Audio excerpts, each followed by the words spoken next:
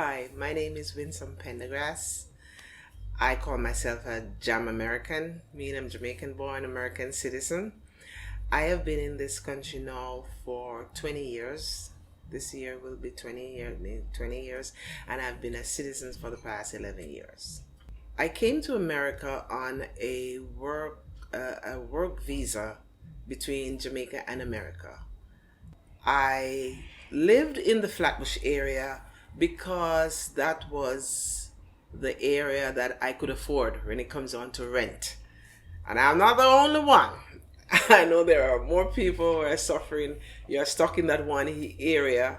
And to be honest, New York City offers a certain amount of protection that other states don't really offer. And then when you come, or like myself, when I come and dwell within Flatbush and see that it's a Caribbean basin, it's a mixture of Caribbean people. You have your Panamanians, your Haitians, your Cubans. Well, not much Cubans, but there are a few Cubans here and there. Trinidadians, Jamaicans, you hear reggae, soca. You really don't want to leave. It's home away from home. So I live and work in this area, work mostly in Manhattan, but live among, Caribbean people in Flatbush area, and then become a part of a wonderful organization called New York Communities for Change, where we tackle so much issues that are going on within the community that affect all of us. I have been a member of New York Communities for Change. This year would make about 9 years since I'm with them. Fight many causes. Started off with the fight for 15 for the people who were working at McDonald's and all those food stores, and they were underpaid and overworked. And we won the 15. Yay, we won, got 15. That's how New York get the $15 per hour. I see a lot of states now are saying, oh, we need $15 an hour. We led the way. And the same thing with the housing fight. New York Communities for Change, we chuck those buses up to Albany. We tell those people in Albany what we want the laws to be. And we're still fighting the landlords, but we're still fighting. We fighting immigration.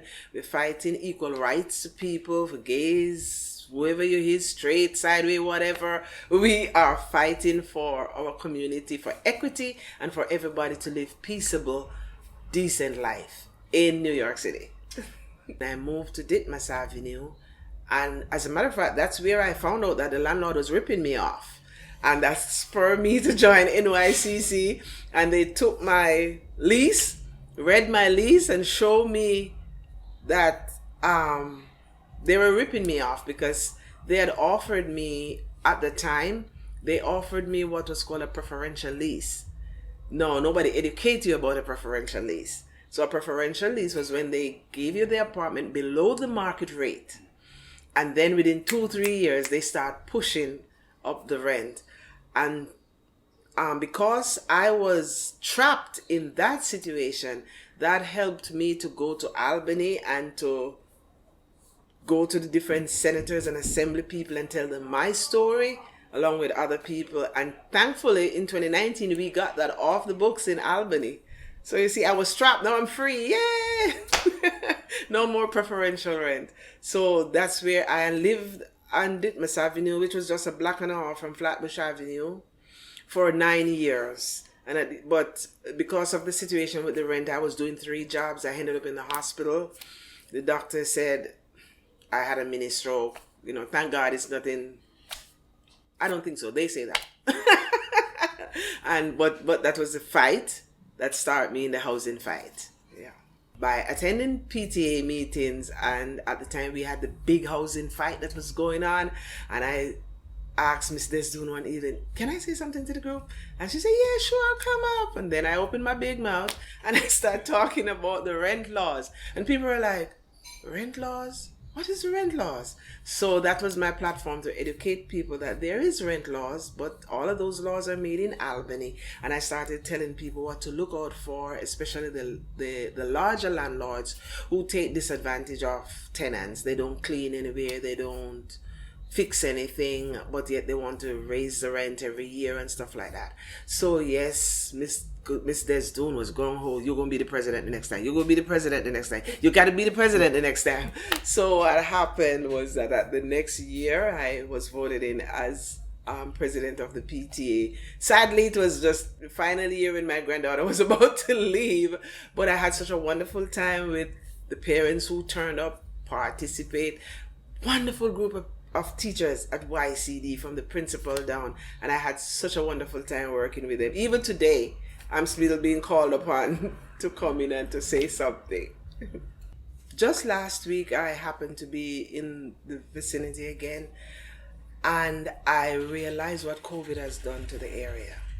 There are so many small people who were doing something for themselves.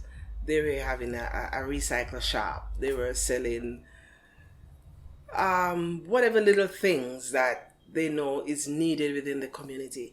And I noticed that a lot of those places are still shuttered down, and they're no longer. There were a lot of, restaurants, especially Caribbean restaurants, that were in full force the 10 years that I was living there.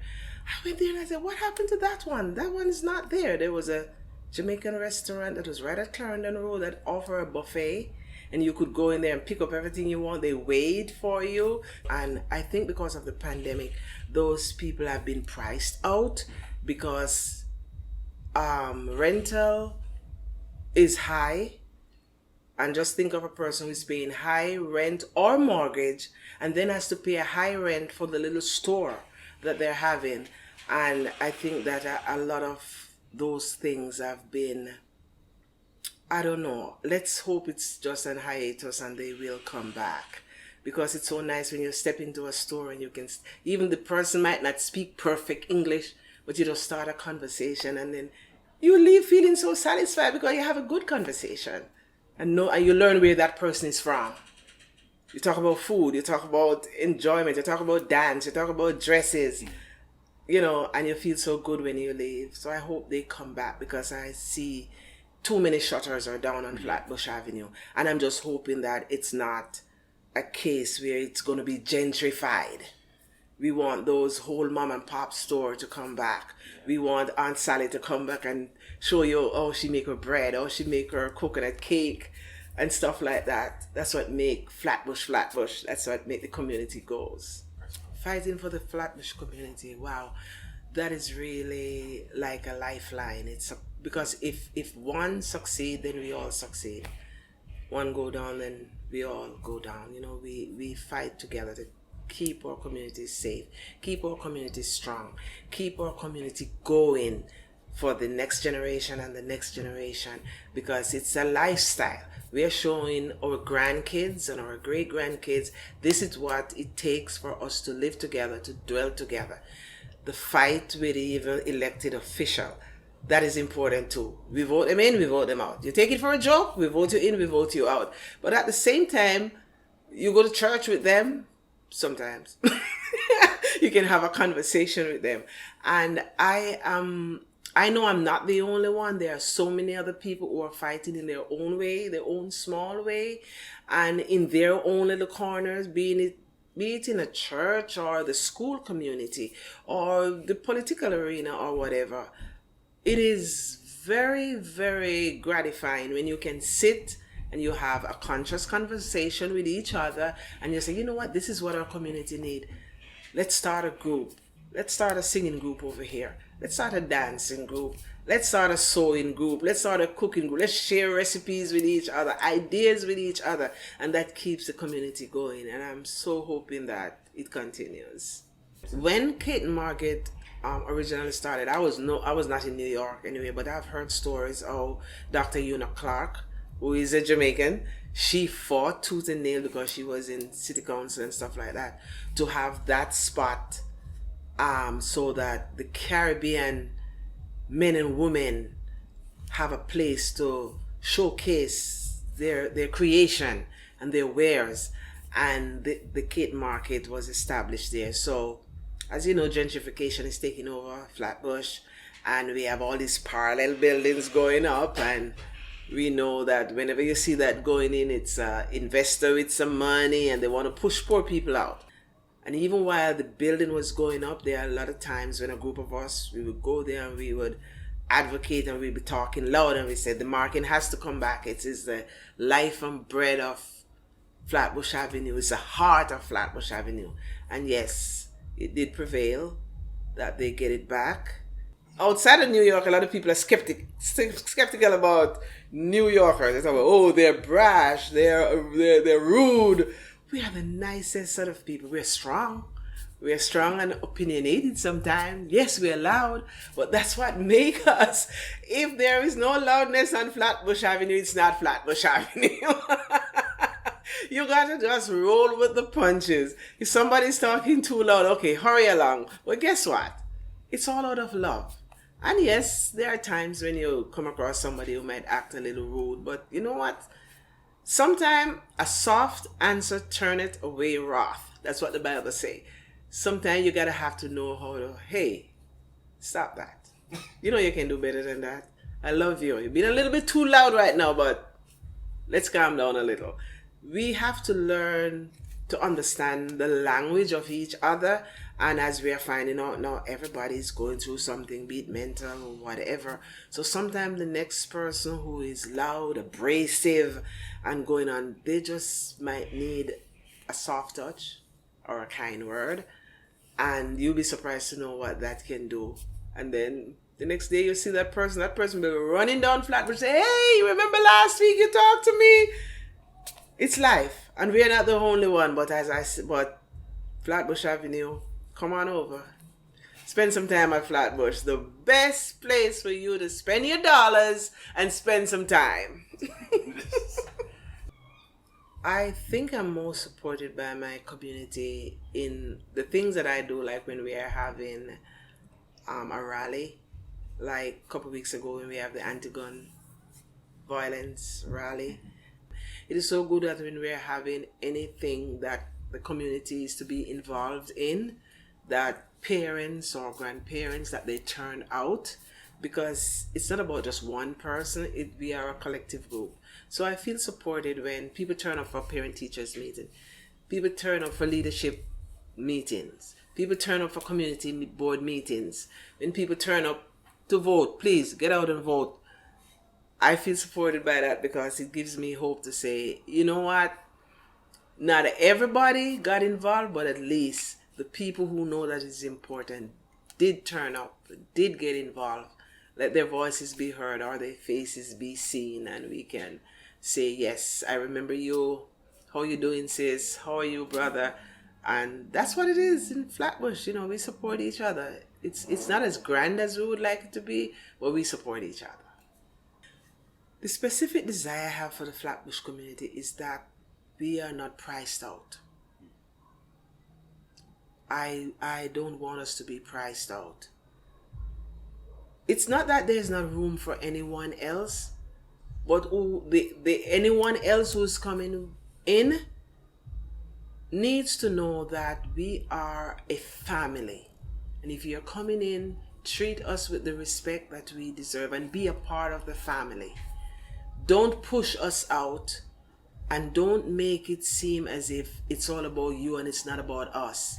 Because as a community, we are all supposed to be one rounded group of people. You treat me with respect, I treat you with respect. You respect my space, I respect your space. And I'm just hoping that the powers that be stop pricing Flatbush out. Stop selling Flatbush out to the person with the big purse string. Because that's not what Flatbush is about. It's a community. It's a collection of people, artists, vendors, writers, homemakers, babysitters, home health aid, doctors, nurses. Right out of that little Flatbush, every corner of Flatbush have those set of people. So stop dividing us with your hatred and your politics, and let's come together and build Flatbush, because we can be a little better. We can be bigger. Just having love and friendship for each other, sharing with each other. Whenever I go to pantry and I get something, I always pack a little bag for this person. Next person is, oh, did you have this? Here is this. Or I say, hey, guess what? There is snapper down the road at the store and it's going for $9. Sometimes you don't hear the prices, you know. So I have friends and I have communication and I have a vision for Flatbush that we continue on the same part. to be loving, kind, attentive, and strong growing together.